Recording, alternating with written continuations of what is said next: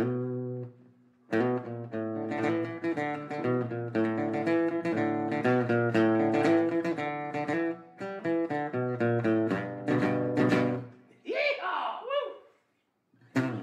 and Josh, like 3 nights later, were like, let's do like a spoonful. No, so we didn't do a full spoon. We did the tip of a spoon, not a toothpick worth, but like double or maybe triple. More than triple, like 5 or 6 drops, not a toothpick dipping. And me and him were like, it's funny because I saw you a couple days. You were really hammered, and you're like, I was really drunk, but I remember that. yeah. That'll leave an impression. Yeah, I think I walked out of the bar and I couldn't stop pacing, and it had the sensation that as I moved, I was getting fresh air. Even it's totally illogical, but I was just like, I need more air. It was cooling your whole body down. Every pore was opening up. I was sweating. Hey, listen, if you can get anything out of this, I'll be thrilled. Oh, we will. And actually, one way or another, we'll have to see how it goes. We'll have a pig queefing. We'll do a whole ostrich. No, we'll do a llama. Yeah, if you don't mind pulling up on there, though. I just plumb forgot to bring it. And will the internet on this mess with anything? Did you say you plumb forgot? Plumb forget. Oh shit! That's from Connecticut. I guess so. Yeah. Plum forgot. I had plum forgot. I don't know. Maybe I might have seen it or I might have heard that in a film when I was younger. I don't know. Plum forget. Yeah, I just want. My story. I don't know. It might sound interesting to you guys, but it's pretty lame. I guarantee it's not. I guarantee it's not. Well, we'll see. I guess. What gets you going? Why are you doing what you're doing? What's some proud moments? What do you hope to do in the future? And how can people grow this scene? Not prepared for any of that. I stayed in Vietnam because when I first came here, within a few days, people were calling me, hey, all right, dude, let's meet up at 185 on Huy Bien during the day. We're going to walk around and we're going to, I'll show you around and stuff. Like, I don't know if this is a Northeastern thing or an American thing. I was just like, these people are fucking with me. Like, they're like, I literally put my wallet in my front pocket. Yeah. I'm like making sure I always knew where everything was because there was like, these people are too nice. I'm like from near New York where people are like trying to get an edge on each other constantly. Although I should say my hometown people don't tend to be exactly that way, but yeah. All right, we're going to start recording in a second. So.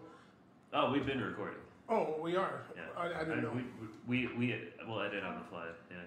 Okay. No, I mean that's part of the easygoing aspect of it. That I actually I'm not good at video. You're done, dude. You know what? Hey, can I get a tequila on the way out? We've got 18. Okay, so this was the beef jerky outlet. I told you about the beef jerky store. Yeah, on the chain. Yeah, in Fox Lake. But dude, I love their slogan, PETA. People eating tasty animals.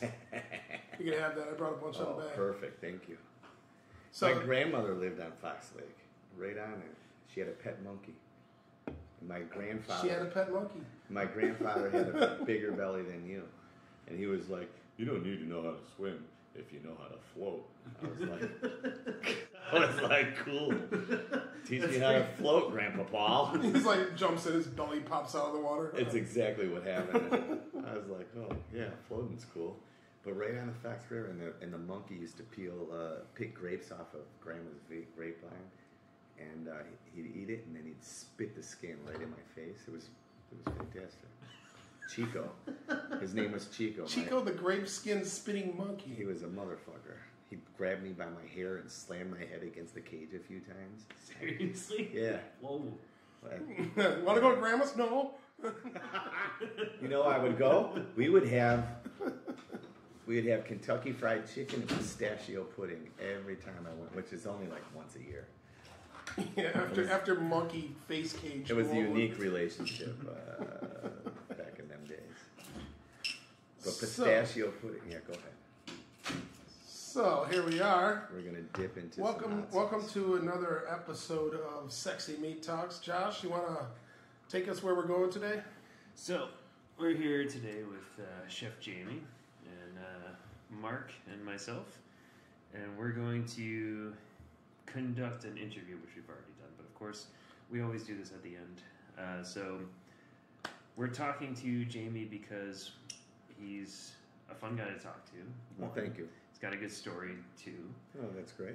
He enjoys food as we do, and we're gonna try some da bomb. Yeah. So Dub-bomb? we're gonna eat the bomb hot sauce. I think you have to say This it. is a little tribute to one of our favorite podcasts. I think you have to say Hot it like Ones is this. an amazing podcast. I think you have to say it like this. We're gonna taste Dub-bomb. Okay. Da bomb. So what I think you have to- Josh forgot to mention to you was Jamie has a last name. It's Celeya. Is that correct? That's right. Oh, I'm sorry. Chef I Jamie did, sorry. Celeya, who we're going to learn his whole story today. But I apologize. before we do, we want to have a little fun and rock our palates With Dub-bomb. So Yeah. we're not even being as brave as the people that go on that Hot Ones show. We're just using a toothpick instead of a whole chicken wing.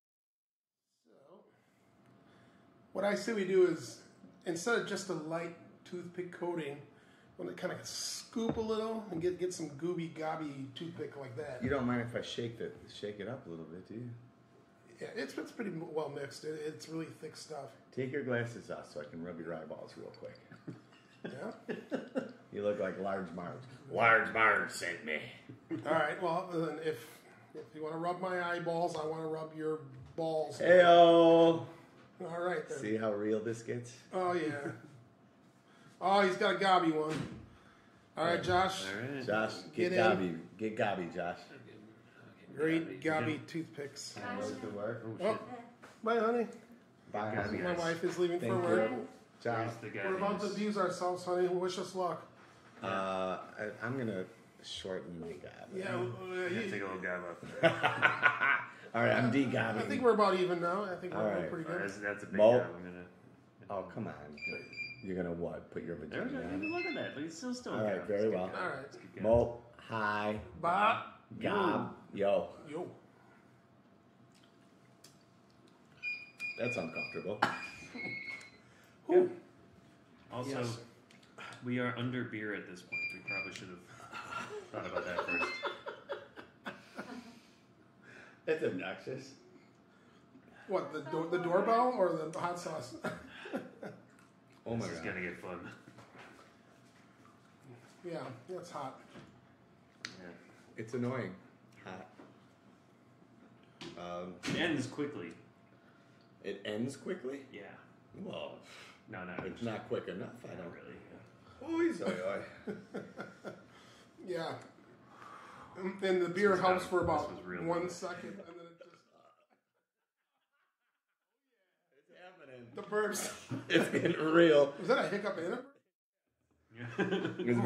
It's my Oh, body. it just increased a little. It's my body rejecting everything that just happened. Whew.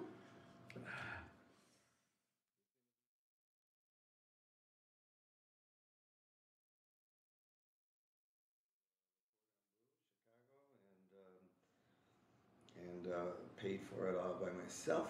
Is the only That's cool. college education that I have, if you will. Got a degree out of that, and it cost $40,000 for 12 months. Wow. And That's I a was little like, pricey. "Fuck me! I'm not even going to be working for the next 12 months because I got to go to school." So I took a loan for $60,000. Mhm. And prior to that, you know, I had a house, I had a nice brand new Subaru, had a summer home, had a fishing boat, and everything was cool.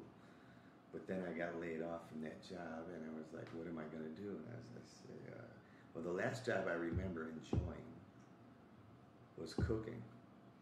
And I cooked at Baker Square. You know that? Yeah, Baker Square. They have them up there by you? Yeah, they used to be called something before that.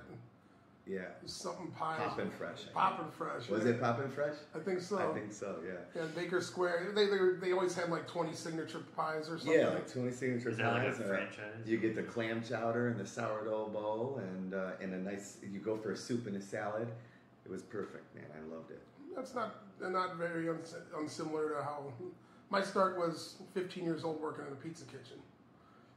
And Yeah, like well, by I the did time Little Caesars after this. And then I did Brown's Chicken.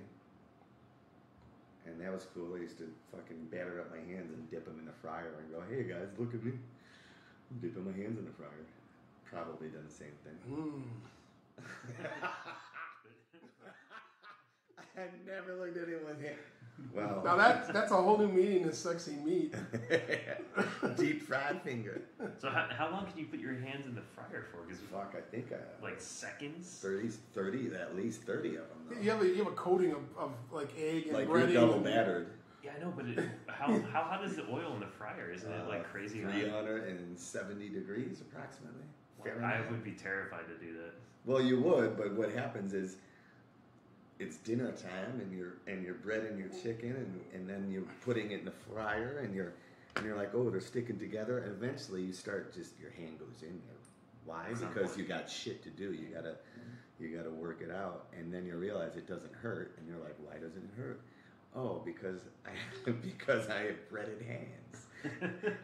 And then That's crazy. I would never have guessed. Yeah, well, yeah, would never have thought that. Eventually, the truth is, I mean, everybody has one little bite. I think,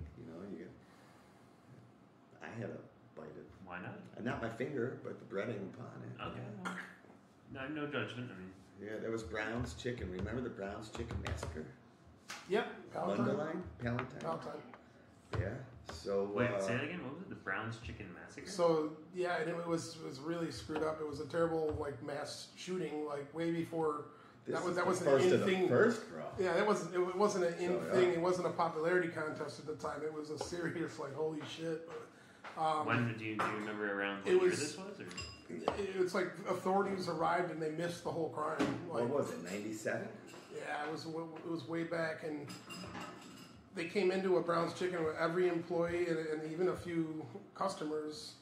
Basically, they overtook the place. They rounded everyone up. They assassinated everyone, left them for dead, and it was completely unsolved and unfigured out for more than 10 years. And then finally, some crazy lead happened, and they got to the bottom of it.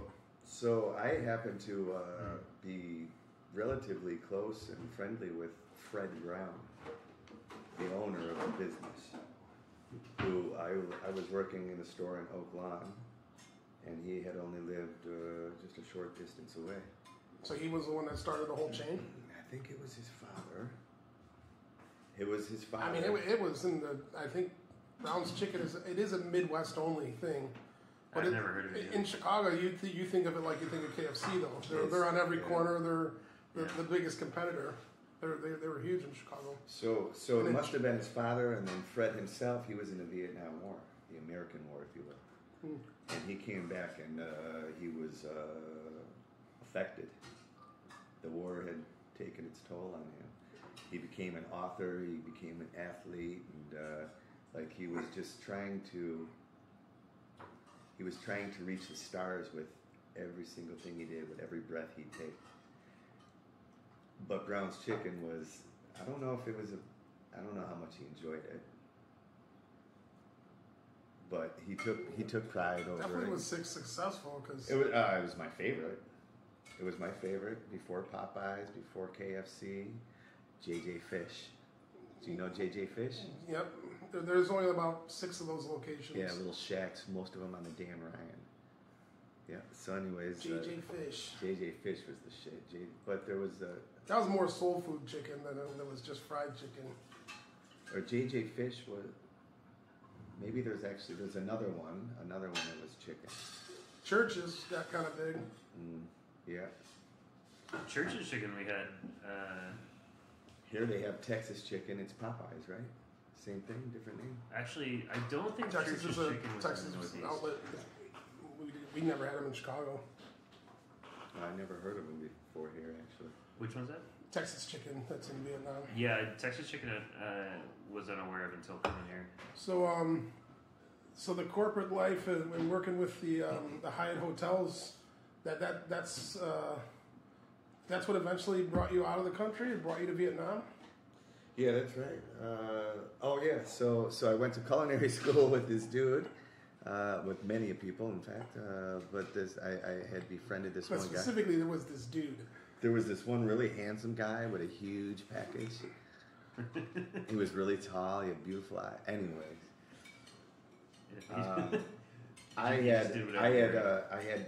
we had to do our internship, and we had to work for like 6 months or 3 months or something in order to get a passing degree. And I got a job quickly. I was working at Irish pubs in the city, and my homeboy from school was like, it's been 4 months, I haven't found a job, I need something. And I was like, I'll put you on my roster. So I put him on, and then after like 4 months, he was like, this place sucks, you're ridiculous. I'm going to Hyatt Hotel, I'm going to work at Nomi Restaurant, which eventually got a star. And I was like, well, take me with you, bro. And so I hooked him up to get him going, and then he took care of me and got me into the hotel. I don't know how, anyways, corporate, because that was a difficult environment for sure. Sure. And then it was probably the holy shit moment where you said, what do you mean that's all I make?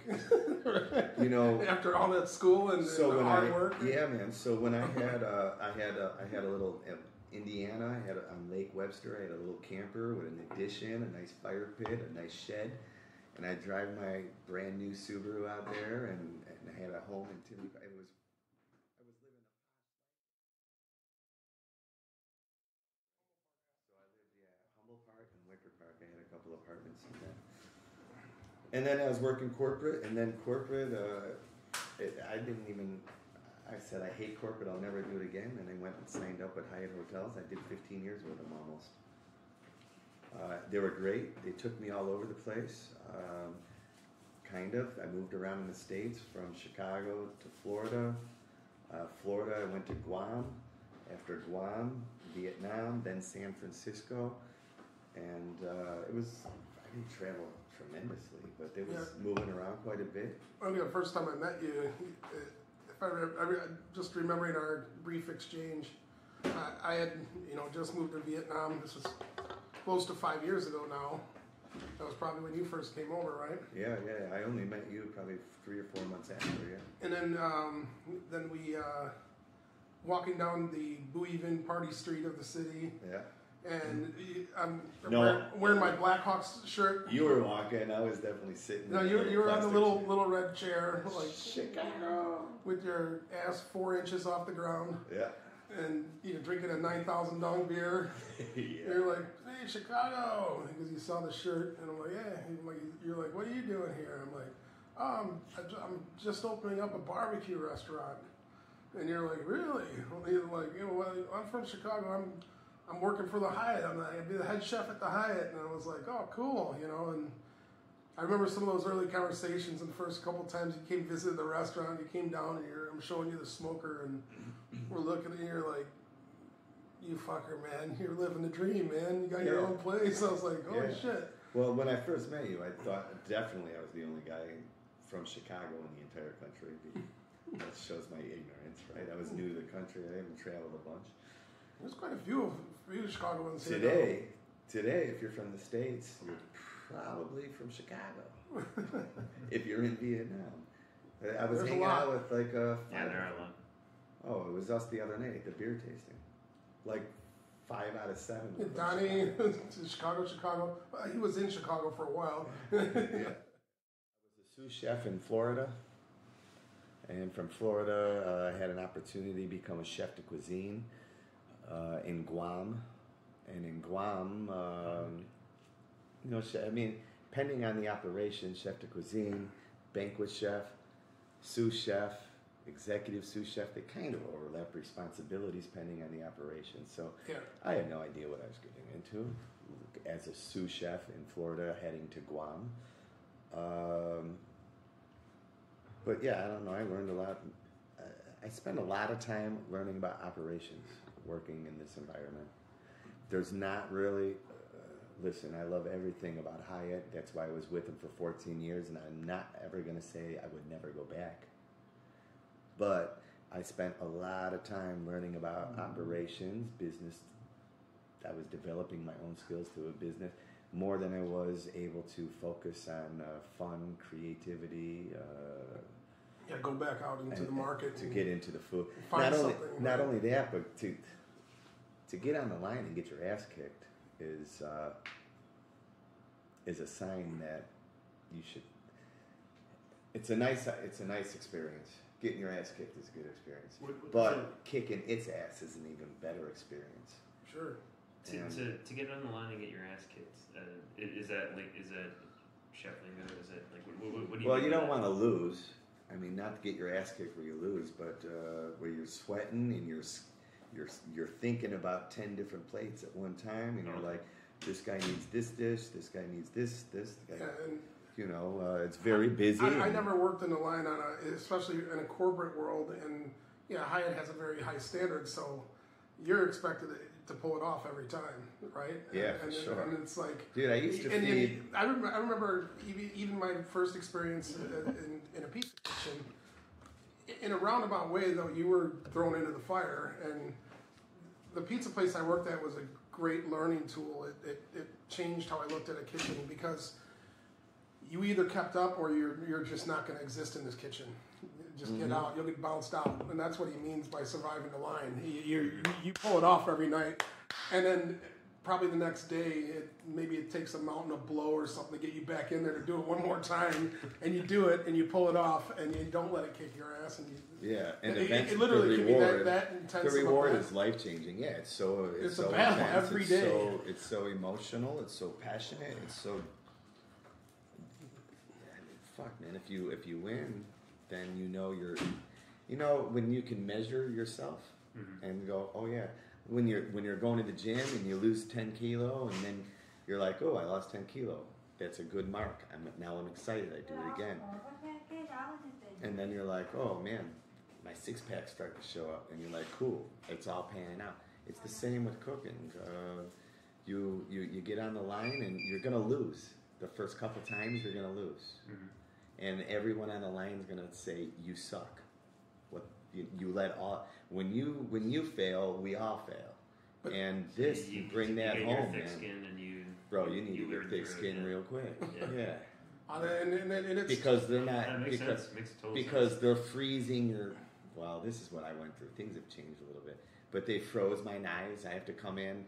I got 4 hours to do all my prep, but now it's going to take 45 minutes to fucking run my knives under hot water to get them out of the ice bucket. They froze overnight because they want me out. And then they'll also. Shit. Oh yeah. I mean, I've heard multiple stories, or wow. You're told the guy next to you has a fake sneeze and achoo, and he goes like this, and then all of your vegetables on the cutting board end up in the garbage can, and you're like, oh, fucking hip hip hooray.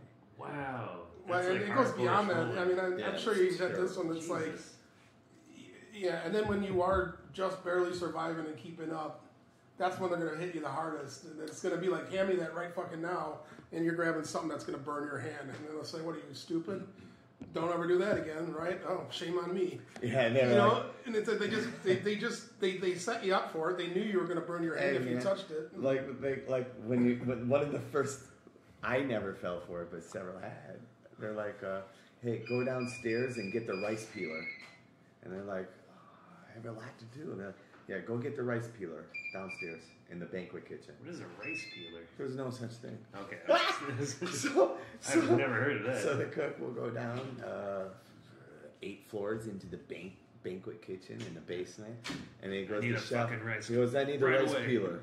And the chef goes, he just laughs at him. It's funny because another one. I grew up in the pizza kitchens, and lucky for me, I didn't realize at the time, Bill's Pizza, since 1957, it's in little old Mundelein, Illinois. It's as busy as any pizza place in the entire city of Chicago. They were insanely busy. When I first started working there, I mean, just like, you're doughboy.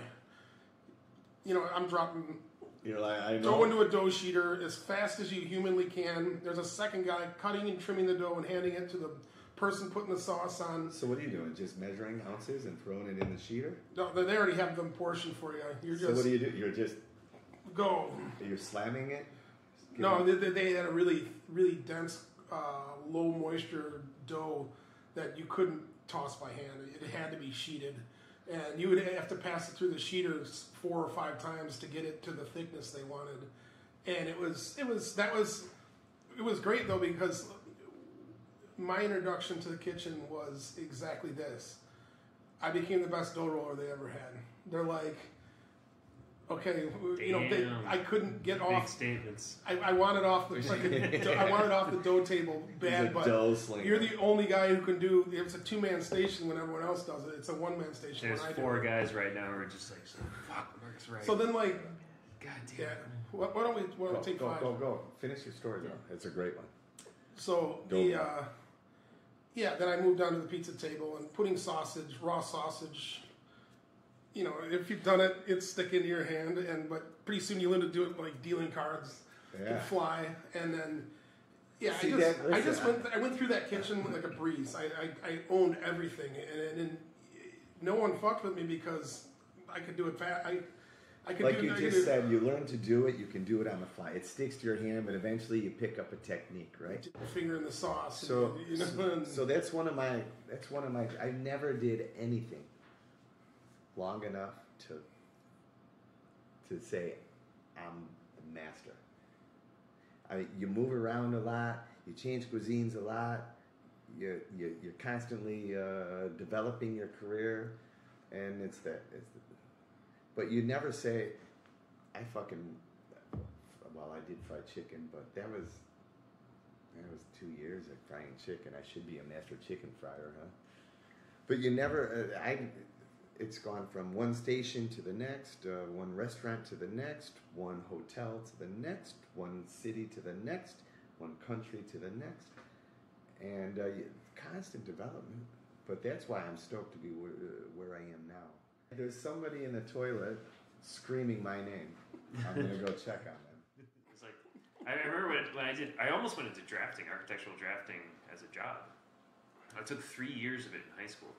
And it's something like every 12 feet, or I guess every 3 meters, or 4 meters, there's supposed to be like an outlet. And then in Vietnam, you'll have like 3 within a meter, and then nothing in the whole rest of the room.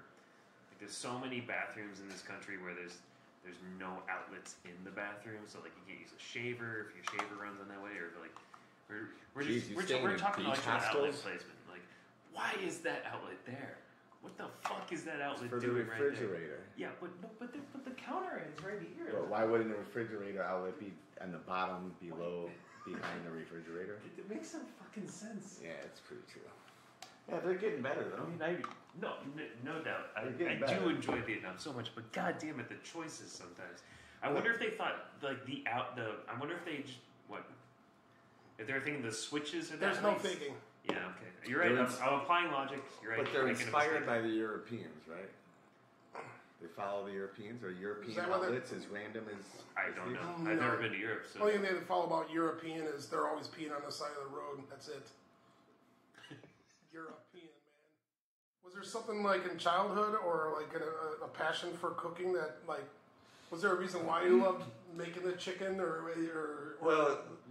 is it just a love for food? Well, no, it was kind of a survival tactic, I guess, is how I got there. My folks had been separated. My mom had been working 3 jobs. There was nobody there to cook. And the truth of the matter is, there wasn't enough money to just bring food home and order food or any of that. So it was kind of just pillaging through the cupboards. And there was a can of tuna and fucking pretzels and hopefully mayonnaise, but perhaps mustard had to do it this time. Tuna pretzel salad? Yeah, hopefully on white bread. Maybe ask the neighbor for a slice of white bread. What's the funniest thing you made at that age? I have a story to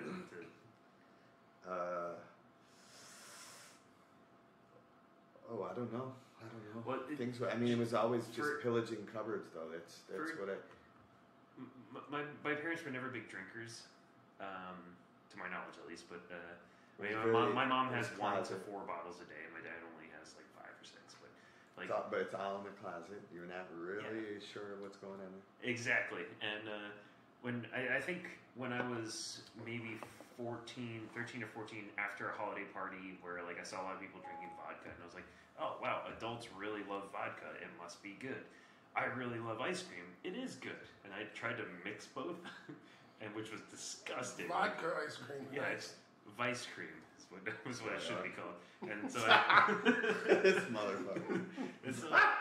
Ice cream. I took like a big gulp, and like my parents in their kitchen. My parents had a here was the sink, here was the drying rack. Above that was a cabinet, and the refrigerator was right here. In this corner cabinet is where the liquor was, and so like I brought the vodka down, all done, and then so I take a gulp, and I'm just like I splurt out my nose, out my mouth, probably out my ears, all over like the dishes, all against the wall. It was just like the back of my throat feels like somebody just like wrapped barbed wire, lit it on fire, and just dragged it up and down my throat for a while. It really felt like that. I was 14, and I put like a lot of vodka into it. Yeah. It was just like it was a scoop of ice cream and then a shitload of what I later found was grain alcohol. It was I know I'm a dipshit. That's why I'm telling the story. Grain alcohol. It was grain alcohol. Oh, it's better. Yeah. I just saw clear liquid, and I was like, oh shit, let's use that. Must be vodka. Yeah. Nope. Okay, so then because my mom would make like limoncello and stuff like that occasionally, and so that's what that was for. I think I never told them that. I would assume. If and when they listen, this is going to be the first time they've heard that story. I'm pretty sure, unless I got drunk or stoned and or both, and told them this earlier, which I had done before for other things, but I don't think they know this story. So I was all right. So I left Hyatt to come back to Vietnam because Vietnam is fucking awesome. I know the story, but I want you to tell for our listeners to enjoy. All right, for the listeners. I was in San Francisco about 14 years with the Hyatt, and I was like, this is great. The truth of the matter is, for one reason or another, my heart had never been satiated. I had many wonderful things in my life, and many of them through Hyatt, but my heart had never been satiated. I said, so I need to explore doing something different. And so I had decided to leave Hyatt and go work at a resort in Nha Trang, Vietnam. It was a nice opportunity. I had some connections over there. I went there, and it did not work out. So after 6 months I left there, I came back to Saigon, where I know some people, where I had a few dollars saved up, and I says, I'm not leaving. I'm not going home. I'm not going back to Hyatt. I've taken this challenge to come across the world, and let's see what's next. And I just started hanging out with people. I hooked up with doing some consulting. I was doing consulting, which was very rewarding. Very rewarding. I got to work on my own recipes. I got to bring things to life like I had not been able to do in many of years. Whether it's corporate restrictions or whether it was my own character under the court. I'm not saying that my character perhaps could have been totally different in that environment, but it is what it is, and maybe it's my own whatever. So doing some consulting and hooked up with you guys for a little while at Beacraft. I got an opportunity to introduce some creative new dishes with Beacraft, and this is where I fell in love with a whole new branch of my field of work as a chef, as a F&B, as a culinarian, as a restaurateur, as someone who's in hospitality. The team is amazing. The vision is amazing. Was that a fart? That was a... Nah, it was a furniture. Moving furniture upstairs? Yeah, I think so. The team is amazing, and the product is amazing, and the creativity doesn't stop. The ambition never stops. The plans of the business is outstanding, and everything about it is very exciting. And I feel like I've got a little bit of experience that's going to fit in perfectly with it, and I'm excited to move forward with not only Beercraft operation, but to join you and the Oot Oot operation, and just continue to excel with people who are very comfortable to be around. And it is all about sexy meat. Well, Mark, you with your clothes off half of the time, that definitely explains sexy meat. Right? I usually am covered in clothing. You could just call it sexy pork belly. It's more and more of our customers are asking for it to come back off as soon as possible. But my wife still loves me and accepts me, so I guess it's okay. Yeah. I'll roll with it until she says no. Stick to what you know, bro. Well, I did get to go on a little of your journey with you in a way. We bump into each other, and I was following what you were doing, and as our company is growing, the company that I work for, Quanudut and Beercraft, both brands are under the same company. I started to, we always, my partner Tim and I, just a passion for reinventing ourselves, being innovative, and when we put our first barbecue menu out, everyone was like, "Wow, we love it," and then we're like, "Okay, what do we do next?" And it's not necessarily trying to outdo yourself; it's just getting better. You guys do it. You guys do it because it's fun and it's a passion. But isn't that rewarding? And the truth is, yes, still for yourself, yes, of course, it's a job, right? It's definitely a job, but you definitely enjoy and embrace it. It's fun, it's rewarding, and your job is fun and rewarding. So, amen. Sure. Sometimes the less fun it is, the more reward. Don't get me wrong. Like if you really get your ass kicked, at the end of the night, you feel like a superhero because you're walking out of there. You just did 120 covers. One of them was Oprah. One of them was Robert Redford. One of them was Britney Spears. And you're like, fuck you. And you're like, well, I only work Salad Station, but but I pulled it off, dude. But I fucking survived. And do you have is there a story that pops up? Was there one hellish night? Yeah, I've got two of them. Okay. I got two of them. So one night, let's call it a Friday, was super difficult, and I survived. And the guys who fuck with me the most, they're like, "Good job, pops," because they were like 25-year-old kids. I was like 35. I went in. I started late. So anyways, they were like, "Good job, let's go out and party." I was like, "Cool." So we went out, and we were looking to, we were looking to score a bag, actually. Sure. And as one does. And so we went to this proper neighborhood to get a score, and I picked it up. I got it, jumped in the car, and then I realized it was nothing. I got out. I punched the high beam of the bridge. I broke my hand. And for 3 weeks, I worked with a broken hand. And finally, I said, "Chef, it's not getting any better." He goes, "Okay, you better go get it checked out." Because I wanted to work right through it. Yeah. And then I went to the hospital. They had to re-break it. Then they had to cast it up. And then I was in 3 months in a fucking cast. And I had to work with one hand. Man, you should have seen me. He was retarded. God, but you must become a superhero after that. Well, so that's what they said. They called me, how do you say it? The horse whisperer, right? So they were making jokes about me, like being a racehorse, and he's coming around the corner. He's coming around the corner. He's only got 3 legs, but he's coming around the corner. And they're constantly cracking jokes. And then one night, Robert Redford showed up in the restaurant. And they were like, dude, the real horse whisperer is here.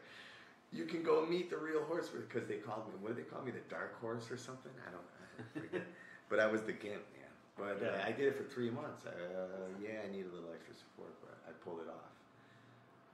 That's awesome. Yeah, well, that was pretty cool. And then there was another time where, there was two more times. There was another time where I was on a line and I ran out of mise en place. And I don't know. I honestly, I think Oprah just had Grant Sanchez just sat down. It was a big night. And I'm like, fuck, I'm out of duck confit for this salad. And they're like, oh, there's no more in the cooler? I was like, no, there's no more. Chef, there's no more. He goes, are you sure there's no more? I said, I'm positive there's no more. And he went back there, and of course he found it. There was more. And so he put this little bag of duck confit on a big ass silver platter like this. And he said, here, pass this down the line to Jamie. And so every single chef had to stop what they were doing in the middle of a mad service to grab the big silver platter to give it to me. And it was this little bag of duck confit. And I was like, man, that's so evil. Yeah. Evil shit. That's harsh. That's real fucking harsh. That was evil. There it is. Shit. High five. Where'd you go? What if we held hands? What if you guys high five? Also, it gets real awkward. Would we look at each other in the eyes and be like, he's right there. He's right there, guys. That little cunt, right? He's right up there. We're a little easily sidetracked, huh? Well, you know. all right, so Three dudes with there beer, was sure. another story. I asked the guy next There to we me. go. I was like, dude, I'm gonna go puke real quick. I got that in high def, by the way. Never mind that story. Sorry, no, sorry. No, never mind. I was gonna talk about how. Okay, so Oh no, we go. This Make sure you cut that. Sickest you guys. Well, we gotta talk sexy meat stories. Sexiest meat you've had, but also. Well, let's get into that right away because already I've been thinking about it. All right. I don't think I mean. so how do you want to phrase this, Josh? The sexiest meat ever in your mouth? Yeah. What meat have you put in your mouth where it just made you just feel so good? I did have a fun experience cooking meat when I was about 17 years old. Me and my guy, my buddy, he came over. We smoked a big joint. My mom hung out the window and she's like, what's that smell? And I was like, it's barbecue, Mom. It's the barbecue. Something's funny with the barbecue. But we were just making burgers, cheese stuffed burgers back in 92. That was definitely a pretty cool thing to do. And so we had barbecued them, and then we went to the rooftop. We climbed up to my roof with a paper plate, potato chips, and a burger, and we ate the burger on the rooftop. And we were like, what's better, the burger or the weed? And then we decided, well, the burger is closing the deal here. The burger is the reward after the weed, so it's the better one. And it's emotion drives how much we enjoy food. So you said that actually most people when they tell us a sexy meat story, it's what you just told us. It's like Winston's from Winston's Burger. It was like that hockey puck his dad would make. Burn the hell out of the burger, and then he was telling him like, why? So I mean, the truth, and that's what I'm talking about. The truth is, how sexy is the story? I'm not sure, but the relationship with the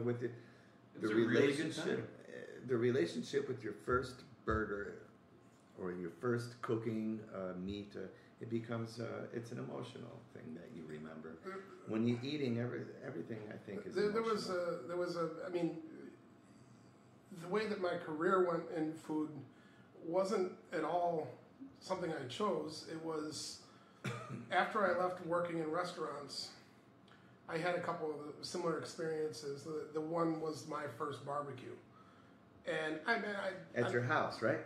In your backyard, yeah. Yeah. rib, right? So, but how it went down was, had all the pizza kitchen experience. My dad had showed me how to make, steak on the grill or burger on the grill. I hadn't done much steaks. I usually left that to my dad. But my mom and dad were divorced. I was the youngest of 3 brothers. I was the one lighting the grill and cooking for the 2 older brothers. I mean, both of my brothers loved to cook too, but it was just like the grill for some reason I gravitated to it. I don't know what happened, but Did you smoke? You just like to be not outside?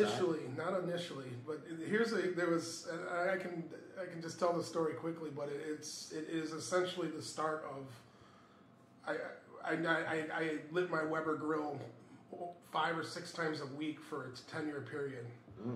Like every day I came home from work, it's like, what am I trying next? What am I doing next?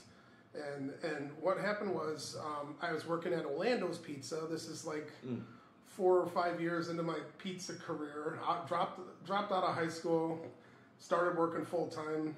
You dropped out of high school and started doing Yeah, pizza I only made it halfway through my sophomore year, and just said, shit. My mom actually, and she's like, I'm not paying for you to do No. She just said, are you just gonna, if you're not gonna go into school, I'm not calling in sick for you anymore. I was going like when I felt like it. I was just my brain was somewhere else. I was uninterested, and she's like, go get a job, drop out of high school. She's like, you're just wasting your time. You're never gonna finish any of your classes. She just called me out, and I'm like, so I did. And by the time I was 18, I had my own apartment, and I was manager of Orlando's Pizza, and I was working there. They had ribs on the menu. Their technique was to brown them in the oven with garlic, salt, pepper, onion powder, just a simple, basically a barbecue rub. But they didn't have a smoker or a grill.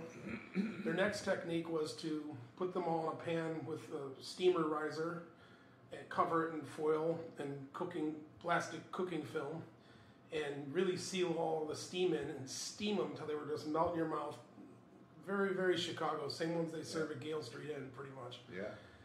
And I learned how to make those ribs. And then their sauce was like, they bought open pit by the gallon, and then they added brown sugar, crushed red flake, and they doctored up their own sauce. Open pit's a nice base. They had a 5-gallon bucket of their, upgraded sauce. I was following someone else's recipe. I had no, Right. This was my introduction to barbecue, though. You dunk the whole half a rack of pre-prepared rib. It's already melt in your mouth, tender, come off the bone clean, type cook, like done. Completely submerged in sauce, put on a tray in the oven, and baked until the sauce got sticky, and then served with sides. It was a delicious rack of ribs. I have a question. Sometimes the sauce is glossy, sometimes it's matte finish. Yeah. That's a temperature situation, yeah? Temperature also can be very much using charcoal instead of an oven, because the matte finish will happen from fine powders so of if it's ash. always done in the oven. Because what I think I found is if you explode that rib and you put a really high temperature, you get a gloss finish. But anything too slow, too low. Yeah, and that probably has to do with sugars caramelizing and it getting sticky and shiny. But so back to what happened next and how I went from Pizza Kitchen, this little bit of knowledge of ribs. My buddy Gary, who I barbecued with for years, and after this, it was me and Gary's, we called it the Immaculate Barbecue. And what happened was Gary came up and he's like, hey, what are you doing later tonight? I'm like, I actually get off too late to do anything, but tomorrow I only work till 5. I'm just coming and doing all the prep, and then I'm fucking off, and I'm off. He's like, well, come over to my house. I got some porterhouses. I'm like, yeah? He's like, yeah. He goes, can you show me how you do the ribs here? So my buddy Gary's like, I'm like, yeah. He's like, I want the same barbecue sauce. I'm like, that's no problem. I can show you how to do it. But we were going to do the whole technique, but all we were cooking on was a Weber grill. So I just adapted the recipe in my head to a method on the grill. Like, I'll brown it. That'll be the browning part. No, then they steam it, so I'll just wrap it in foil. And then after we're done, we'll completely brush it in sauce, and we'll just make it sticky over the flame. I just kind of converted it to a grill recipe. Gary cooked these like 2-inch thick porterhouses that weighed about 2.5 pounds each. I cooked 2 full racks of ribs, just me and Big Gary. We're both big guys. The steak comes out, and like the ribs will be finished about 15 more minutes. He's like, let's work on these steaks. So we eat the whole freaking steak each, 2 pounds of fucking steak. And then the ribs come off, and we each had a full rack. Jeez. And they were so good. They were so much better than when I cooked in the restaurant. I was acting like I had done it before to Gary. Maybe I've never told him, but maybe he knows I'm a bullshitter anyways. I'm like, oh yeah, the sauce you just do like this, and I go, we'll wrap it in foil, and we'll do it. I was just acting like I knew what I was doing, and everything fucking worked, and we both finished the entire rack of ribs each too, full rack, 12 bones. Damn. And we're just like in meat comas, and like that was the start of our friendship. He's like, what are you doing next weekend, dude? Probably meat. No, I'm like, you grab the steaks, I'll grab the ribs, and then we just started going off from that. Like, let's try pork shoulder, dude. Let's try this. And 15 years of doing that, and then I met Tim. So where is he at now? Doug? Gary? Gary. Where's Gary today? He's back in the States. Me and him were doing cash catering parties together, and me and Gary with our home ovens and my smoker and Gary's grills. We catered a wedding of 250 people, and we pulled it off. Everything hit the table at the right time. Like we were figuring it out, and then I got the opportunity to open a restaurant here, and dude, Gary could totally smoke a menu somewhere. He's an incredible chef. So is he? You keeping in touch? Has he come to see you? It's hard for him to get out here. He's a really big guy, and I mean to the point where I mean, his health is good. He's doing good now, but he had a mild stroke a few years ago, and it's been a challenge for him to. That story you just shared, I kicked myself in the ass because while I was going to culinary school and learning techniques and learning recipes, of course I'd come home and practice them. And I bought the KitchenAid. I made my own bread. I would make a blackened salmon with a strawberry salsa, and I would do the whole. My good girlfriend, she had her bachelorette party was her and 5 dudes. And we went out on Lake Michigan and went fishing for salmon. And we tied into a bunch of them, brought them all back to my house, cleaned them up, and then cooked them all up. We did blackened salmon, strawberry salsa. This is back in, 99 or something. It was cool back then. It's still cool now. Yeah. Blackened's definitely cool. That'll never go away. But I don't know if I can put a strawberry salsa on anything right now. But I would invite my friends over. Fucking strawberries. All right, go on. Listen, they're a very dirty, very dirty strawberries, man. I do. First of all, the soil's not appropriate. They don't grow tasty. They're not nice. Here, the lot strawberry, generally, as far as I'm concerned, a failure. And then, on top of it, they're mass producing, they're putting so much chemical on there for production purposes, for financial purposes, and you cannot clean this chemical. As soon as you wash a strawberry, it shits the bed. So you cannot wash a strawberry. Basically, every single strawberry in Vietnam, as far as I'm concerned, is a dirty strawberry. Get your goddamn dirty strawberry out of here. My face.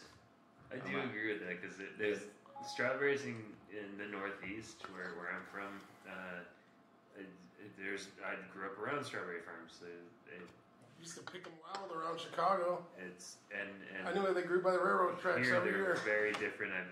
I've never bought them. I've never seen wild strawberries. I've seen wild raspberries. I've seen wild berries, but never wild strawberries. Yeah, so my cousin's house in Lake Bluff, Illinois.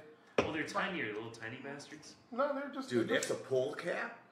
It's a pull cap? Yeah. Get the truck out of here. There's a reason they stopped doing this back in 79. Everyone used to drop it inside the can and choke on it. No, because they put it on the beach and you slice your foot open. But there was also like 22 people a year die from consuming their own, because it was a habit. So why are we doing it again? Any idea? They're just still doing it in the Philippines. They like walking. I around. had ample San Miguel without this pull. Anyway, that's fun. That's cool. Here's to that. Cheers. Cheers. What about? I think it's. So I was trying. Let me back this up, though. So I was trying to say I want to kick myself in the ass because I was going to culinary school. I was learning recipes. I was learning techniques. I got a bunch of friends coming over, and then I had so much food. My friends were like, "Hey, I'm going to bring a friend," and I was like, "Make sure she's hot, no problem." And they would bring friends over. Next thing you know, I got about 20 people in my house. Oh shit! And I was like, "Fuck, man, this is awesome." I had a back deck with like a gazebo. How do you call it? A screen room or something? Veranda. A veranda, I guess. So it was screened in on the outside. The terrace. Had a fire pit. So it was quite nice. It was all ghetto style. It was only 28. I was only 30. I don't know if that has anything to do with it. But I was like, man, I want to sell tickets. And I was like, I want to turn my house into a restaurant. And I was like, oh, this is not a business development. I don't have a license. And I was like, I could never do it. But what are pop-ups today out of people's houses? What are they doing today? That's what everyone is doing. So, man, I was on the cusp. I was there. I had the same drive, the same passion, the same ideas, but I didn't have the follow-through that these guys did, which is what created chef pop-ups in our house. I wanted to run a restaurant out of my house. Of course I couldn't do that. I'm going to hire a team to sleep in my house, and of course not. But I can do 1 or 2 nights a week. You can run a meal service, a dinner service, and I wish I would have done it. That's my biggest regret ever, not following through on that. There it is. That's not a bad Chef regret. Jamie, the first pop-up chef in Vietnam, drives to your house, cooks you a gourmet dinner, and he has some guy clean it up and do all the dishes for you and leave. Some people do food trucks. Just do a food tuk-tuk. Food tuk-tuk, yeah. Why not? Just call it the Phuc Tuk. The food tuk, yeah. Oh, it gets hotter. Yeah, it's in your ears now, right? As soon as it hits your ears, that's the bad part. Do you need another beer? You're good. So those people on Hot Ones are not acting at all. No, they're not. No. Listen, the truth is... Why did we gob it up? This is super unrecommendable. Yeah. Fucking Christ. Yeah.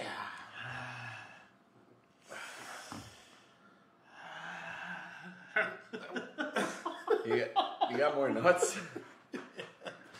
They helping? There's a fat coat in there that I'd like to assume it's helping. Probably. They say, Fat. or shooting citrus, lemon. Oh my God. God damn. I mean, for shits and wiggles, I'll Does try. citrus I don't really believe help? it helps. I don't. What I've about never heard that. what about a milder hot sauce follow-up? What about chocolate? You got some maroon. Oh, Maru will do. Sugar? For those of you who don't know, Wow, you can find these here? No, you brought this home. no, we're here. For those of you that don't know Maru chocolate, it definitely has to be an upcoming podcast with them. They're incredible chocolate That'd be makers. fantastic. Yeah. Thank you so much. Why'd you give him more than me? And more here. What did I do wrong? What did I do wrong, boss? Holy fuck. You said yes. I'm glad I took a little tit off of that chunk. Oh, the chocolate does soothe. And then it's gone. And then they're like, hey, was there chili in that chocolate? Oh, I do have some chili chocolate if you want. Jamie, have you tried the Maru habanero truffles? Yeah. Yeah. I won and I lost. Ah, okay. winning was easily a better experience. Mm-hmm. Winning amongst losers is possibly the best experience ever. Because you know the pain. Yeah. And you can point your finger and you can wink at them and go, I know, motherfucker. But you're not feeling that right now. Yeah. And then you hear them. They walk around in circles. They're like, oh, they grab the bottom of the chair when they're sitting. Then they get up and they walk in a circle. And then they sit down and they drink water. They drink beer. They drink Sprite. And just with the truffles? Yeah. I didn't think they were that hot. They're hot. But... We bumped them up though. We had them pretty okay. tame for a while. Okay. They're hot. They were. Because I felt the one I had was kind of tame. You ate it a couple years ago when we first put it out. That was straight ghost chili. That was real deal, huh? Right? Yeah. It always has been real deal.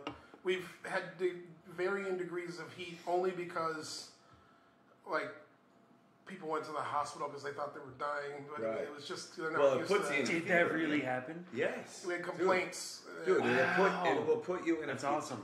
This ghost chili truffle will put you in a fever in a matter of... No, I've had it. A minute and a half. Well, I mean, either you're Superman or you had a... No, I had it with Mark. But Mark, were those not the ghost chili ones? The truffle... They were, but those were done down? You may have had it at a point where we pulled it back a little. Okay. Are you going to eat a slice of cheese to help? No, I was going to ask if anybody wants a really bad Laughing Cow slice of pasteurized, fake processed cheese. I got to tell you, like some people enjoy Kraft. This is not good cheese. I enjoy the Laughing Cow. I've never had a slice. The slice is terrible compared to the Laughing Cow. The Laughing Cow is usually that wax. It's a little triangle. Yeah, the triangle stuff is like spreadable. It's around. This stuff, like maybe it's the plastic wrap or something. It tastes funky. See if I can taste anything. It feels good. It feels good. So you can take the other 4 slices I have home. You can wipe with it in the morning. Oh, can you imagine if toilet paper was soothing? Oh, cheese wipes. Hey, this just the old Laughing Cow does its job again. That really accommodates a hot palate. It does. Split it in half. I'm already starting to come down. You want to feel better? It'll do it. I'm kind of enjoying it, but I'm going to try this Laughing Cow. It's not terrible. Here, put it on this. Here, put a little bit of this on there. Yeah. just a little more da bomb. Da bomb. All right. Well, that was our most recent interview, and our interview with Chef Jamie Celeya. This is what we got for you guys. Josh, you got any closing arguments or questions? I have a couple of quick questions I want to ask for plebeians, people who are not chefs. So while you're dealing with this hot mess of a situation, you're you're talking about the chili, right? Yes. Yeah, go ahead. Yeah. you mentioned a little more chocolate. You mentioned that you're enjoying being more creative currently in the kitchen. So if you're approaching a new dish, if you have an assignment, or if you want to look at it that way, or like I'm not sure what the correct language would be, but let's say you got to come up with something.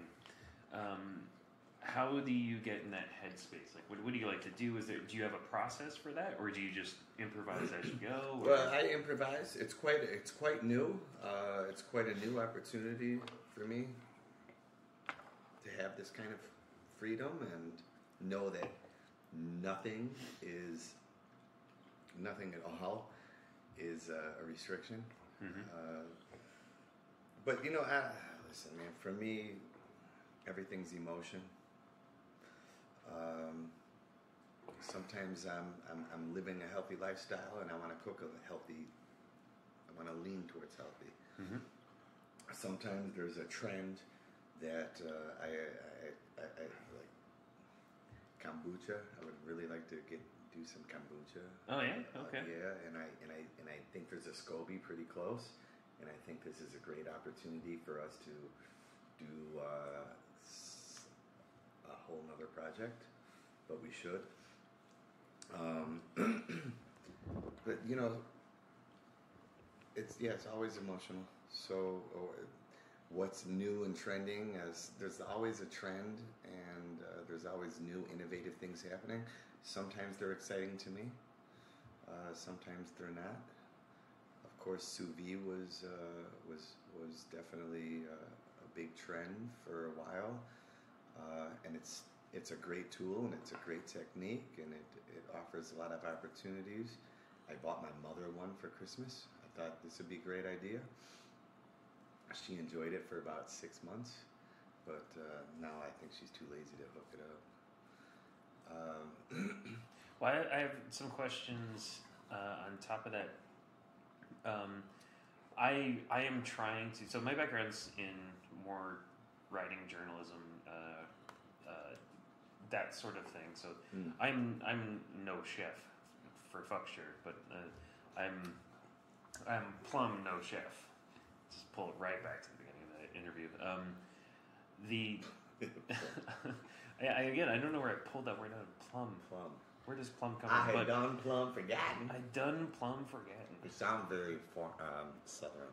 I don't know. It must be. I assume I pulled that from a movie, but maybe I don't know. Like my mom or dad may have said that. May have plumbed a lot. They may have plumbed off. Father was not a plumber. Well, no, but he plumbed. If he was a plumber, there probably wouldn't be a Josh. Yeah, that's probably true. There probably would not be a Josh. Oh, that's a different kind of plumber. Oh. Looked the wrong way there. Whoops. Okay. But so I have two questions I want to ask you because as a novice, as a complete novice, I cook every day. Most of my meals I eat. I cook. I eat. When I do that, I experiment constantly, and I try. When I figure out how I do something well, I try to replicate that. And when I fuck something up, I try to remember that so I don't do that again. What do you think about marble-coated frying pans? Because I have a marble-coated frying pan, which is like super slick and fun to cook on because I don't have to actually use a lot of oil for that. But I've never asked an actual chef. What type of frying pan would you love? Like, do you seek? Is it cast iron, steel? Yeah, so a marble-coated frying pan, I think you have a natural non-stick kind of situation, which is very nice. That's what they're selling. I don't know if there is It's a not chemical in there or unsimilar not, to there's enamel and ceramic ones. They do the same thing. It's just it's a safer, and I mean the Teflon stuff that we grew up with is terrible because very Teflon is it's not toxic good and for it ends up in your food every time. Yeah. No matter how they say, oh well, we do it like powder coat, and it only comes off in microscopic particles at a time, and it doesn't affect your. It's all terrible. But you got to factor in that there's the heat index. It holds heat longer. Yeah, or how to. And sometimes it sure does because like it's longer to that. get it heated. Yeah. And also, as you know, I've spent a lot of time in kitchens too. Not as much chefing as him, but more as just making bacon and cheese sauce. But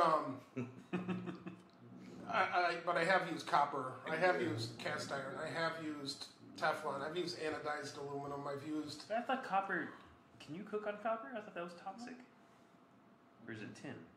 Is tin toxic? There's a lot of copper. There's a copper exterior, which is brilliant brilliant heat distribution. Yeah, the strength of each of these different things I just mentioned will have different properties. A well-seasoned cast iron pan can be just as non-stick as Teflon. There's a reason it's still here, man. Yeah, it fucking works. It's brilliant. My mother it has holds a flavor. set. It delivers a flavor. And any inherent things that get into your food, like iron, you need in your bloodstream anyways. Right. So they're it's a win-win. Yeah. It's like drinking a sour beer. You get probiotics and a buzz. Yeah, it's great. Why wouldn't you? Just go for it. Flemish ale, nice little Flemish ale. So actually, my mom has an awesome assortment of cast iron. You're saying as an amateur cook, you enjoy your stone-covered pan. You're enjoying the marble pan. I am enjoying it. And you should. It's a way to answer the question and and expand on what Jamie said, it's just a way safer non-stick surface is all it really is, and it also has good heat. I was a little worried. It has good heat distribution as well. It certainly seems to, yeah. And yeah, so that's. I feel like I don't want to go back, but the reason I wanted to ask the question is because it seems too good. Once you go granite, man.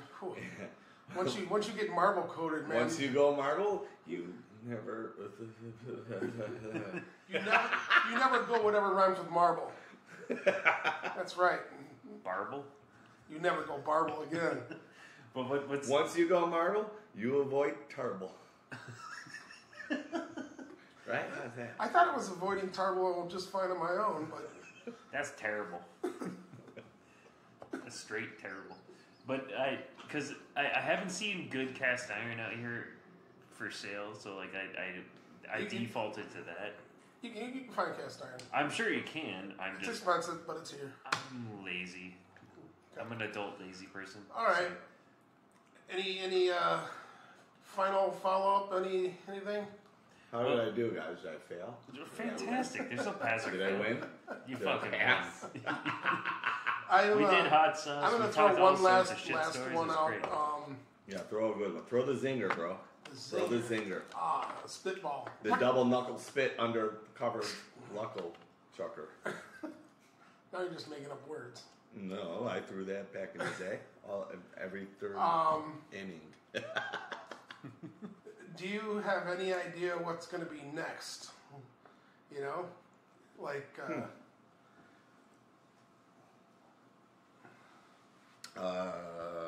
No. Fair enough. And you know what? Because you just jumped into a brand new thing, and I'm sure you're still exploring it. But I enjoy, and that's what I do, man. Is I enjoy to explore. I allow my destiny, my energy to take me places, and the truth is, some think it's a terrible thing, but I don't plan. I just go, and every time I don't plan and I just go, things work out well. I'm happy with where I'm at today. I'm happy with what's happening. The truth is, I don't know how much more I could ever ask for. Where I am today, all of my challenges, all of my successes, everything is very, very common and mild and simple, but it keeps a smile on my face, and I'll just keep going the same route. Yeah. I seem to get luckier with every risk I take. Therefore, I encourage other people and will always encourage myself to continue to take more risks, to put your shit on the line.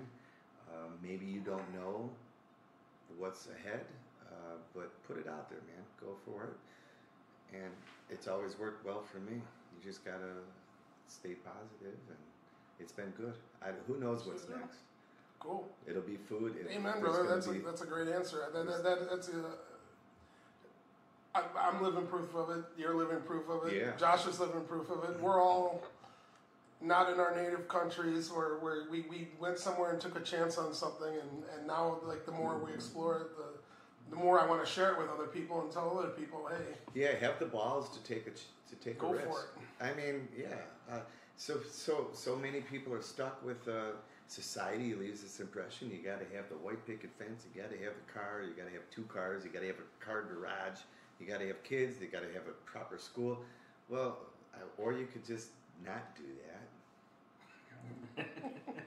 You could also just shit, where are the kids? They're on top of the car. They drove through the fence. They went through the garage. No, but I mean, I wasn't. I don't plan to follow anything other than my heart, and I don't let my brain make my decisions in my heart. And who knows what's next? I don't know. It'll always be food affiliated. It'll always be social. It'll always be hospitality. Because I enjoy seeing the smiles on people's faces, whether it's a good beer, a good cocktail, a good food. It's about making people smile under very simple, common circumstances. All right. That's the goal. Let's cheers to that. That's Amen, cheers, brother. Cheers. Cheers, guys. Thanks All for your right. time, huh? Thank you. Thank you so And much. now Jamie. we are free to get the hell out of here and go have some sexy meat. Yeah. Whatever it is. Whatever you choose it to be. Zip.